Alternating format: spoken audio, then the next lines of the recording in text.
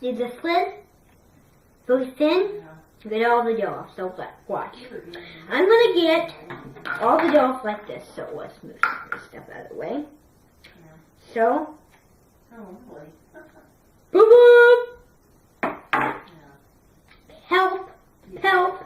Help! Then you foam it. Collect all the dough you can. Not missing a single cub. Cub. Right there. Perfect. Now I thought we would make caprese on a stick.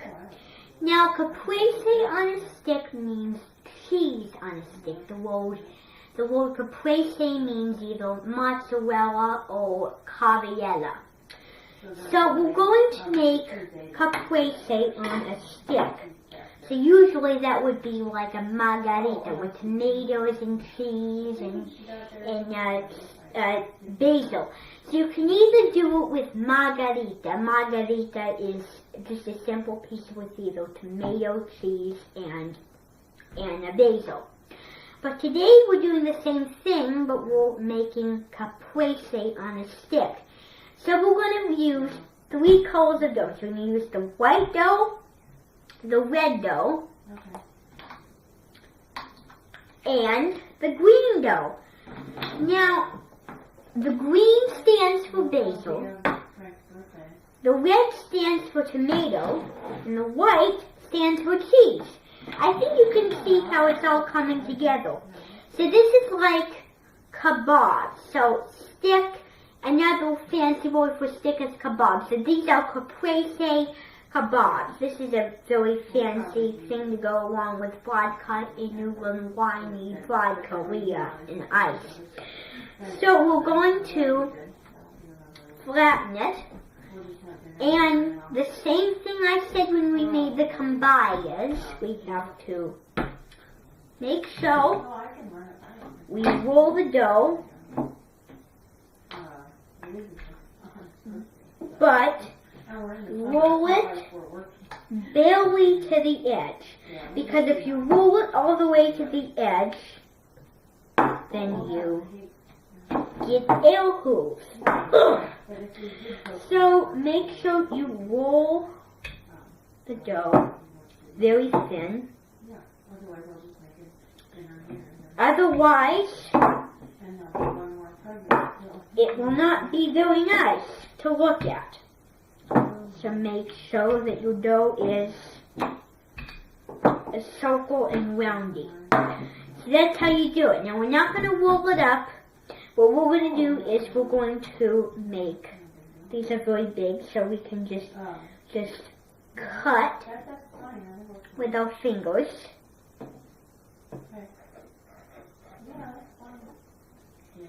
And then make a ball.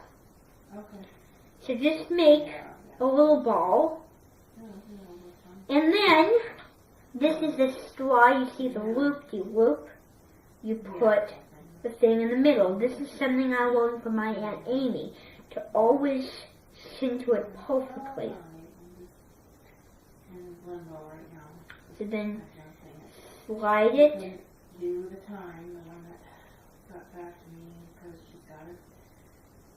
So make sure that your dough is on there.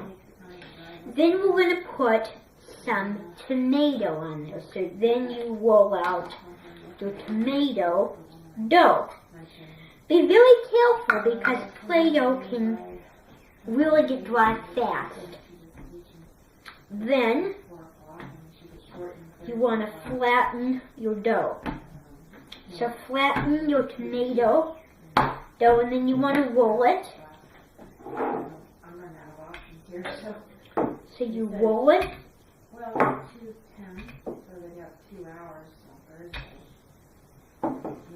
So make sure you roll it.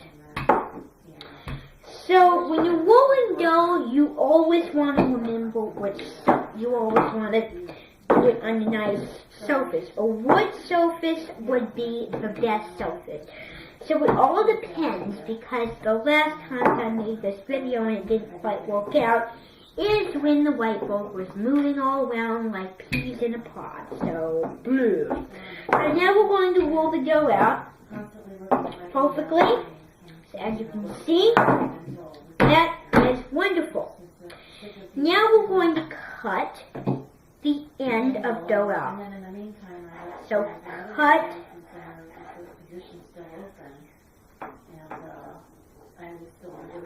and then make a ball and then slide that on. So you're making a pattern.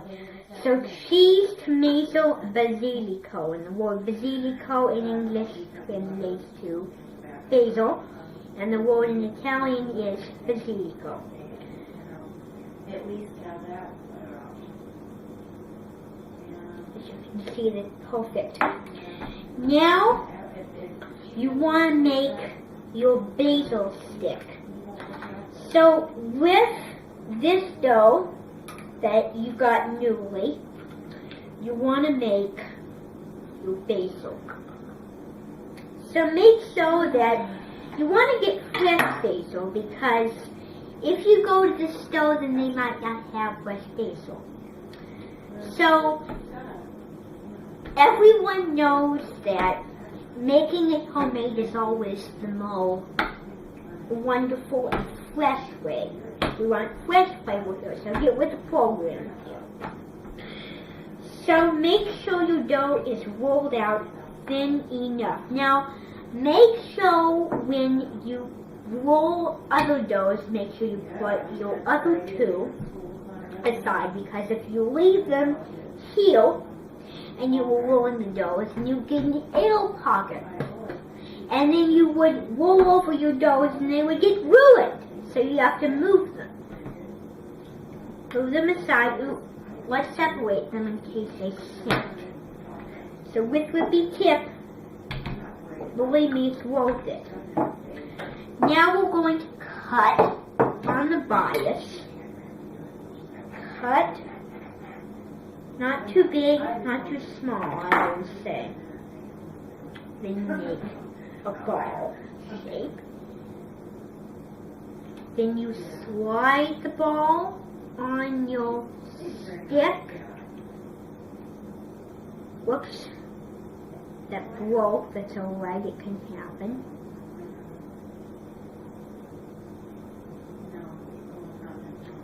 Okay. Then you do another cheesy greasy. So you get over your cheese dough and you keep cutting and cutting and cutting. So you cut cheese, you roll it,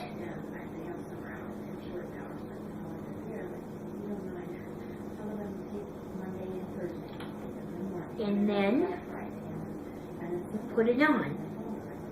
So it goes in a pattern. Cut, put it on. Cut, put it on. And remember, if you forget the pattern, then it's going to be wacky. You can, if you don't want to do it again, if you're too tired, and all that work, making a mistake, you can just pretend it's right. So it's cheese, tomato, basil. So now we need a tomato. So,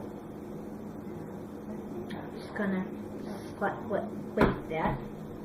And then cut a slice of banana, and joke in the word for dough is nana. That's a really wonderful and good word. So then take that word, and someone made up banana and they put dana. So dough is dana. Sometimes the syllable and joking words are not the same as what it is in English. So if it's too big, make sure that you get it small. So then put your dough there. And then we're going to get some basil. So then cut a slice. So the green is our basil, the red is our tomato, and the white is our cheese. And I ruined that one, but no big deal, because I can roll it into a ball. If it's too big, you have to break it apart. You don't want them to be too big or too small. And sometimes they can be different size, like this one's different size today, but make sure it's perfect. So, then we need more white, more red cheese.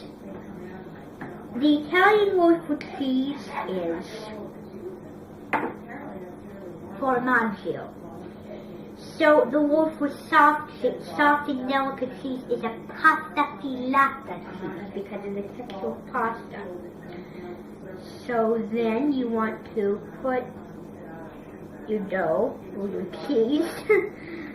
It's really dough, but I'm substituting cheese. There. Then we're going to do some tomato.